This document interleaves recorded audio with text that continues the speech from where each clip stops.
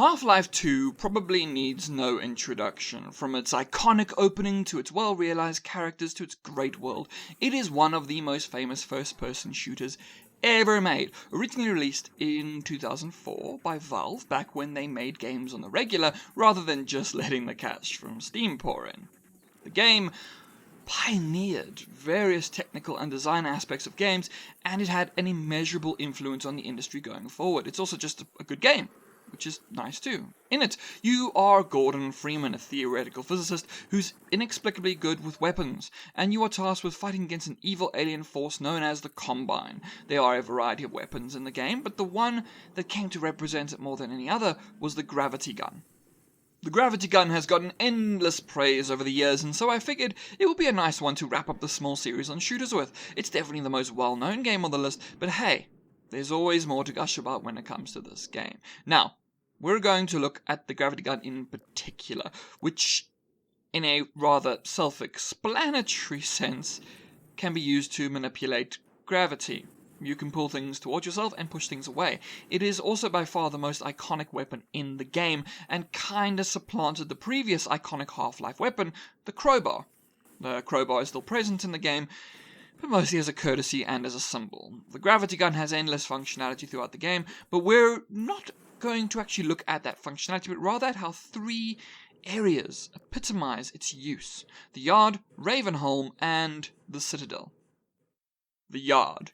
This is the place you actually acquire the gravity gun. You have, by this point in the narrative, already played for several hours, and so, unlike the crowbar in the first game, you don't get this right in the beginning. The Yard is a simple practice ground. It's pretty much a tutorial level. You get the gun and you start playing around with it. You throw some things around and smash some things. It's simple and doesn't offer any real difficulty of any kind. You even get to play a game of catch with a robotic companion named Dog. There is no stress here, no need to rush. You have all the time you need to get to grips with the basic functionality of this weapon. It isn't even necessarily pegged as a weapon at first. It's a fun toy to play around with, and it does also feel like Valve, who'd just created a physics engine at this point, wanted to show off their realistic gravity system, and viewed like that, this whole section is rather adorable. This area is just meant to give you the time you need to understand how the dual functionality of push and pull works with this weapon. It's simple, elegant, and while you may not realize the full functionality of this weapon so early in the game, you're about to find out as you enter Ravenholm. This is the famous zombie chapter in Half-Life 2. You are confronted with a destroyed town filled with zombies, and you need to make your way through it because the narrative says so. According to the narrative, this town is the only way you can go, and so you have to go this way.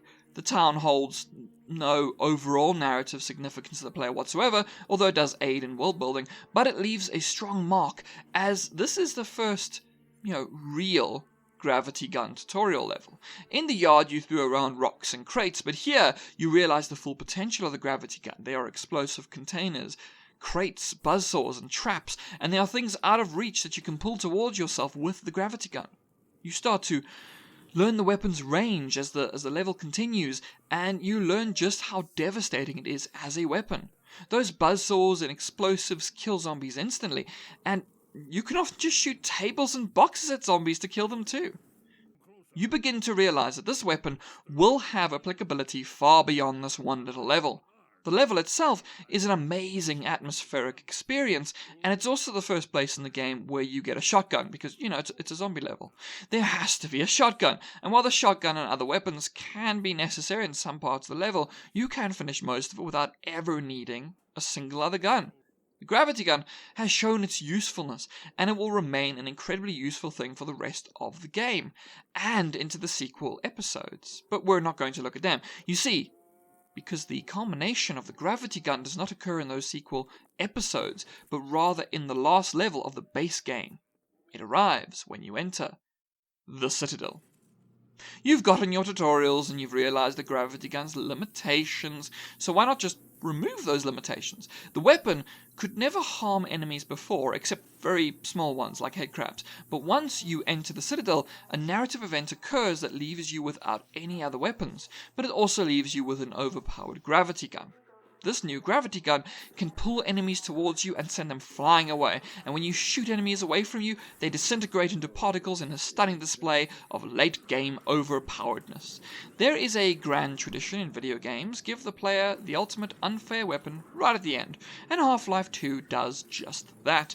This thing ensures that every enemy flies from your path as you now use the gravity gun's infinite ammunition to simply devastate every enemy in your path. The gravity gun has been a companion since the Yard, and now it's time for it to reach its full potential in a way that would feel unfair if it occurred earlier in the game. Its full power has been unleashed, and it's oh so satisfying to use, especially after accepting its limitations throughout the game up to that point. You knew it could never do this, so now that it can, well, it's just too much damn fun. And that's it for Half-Life 2.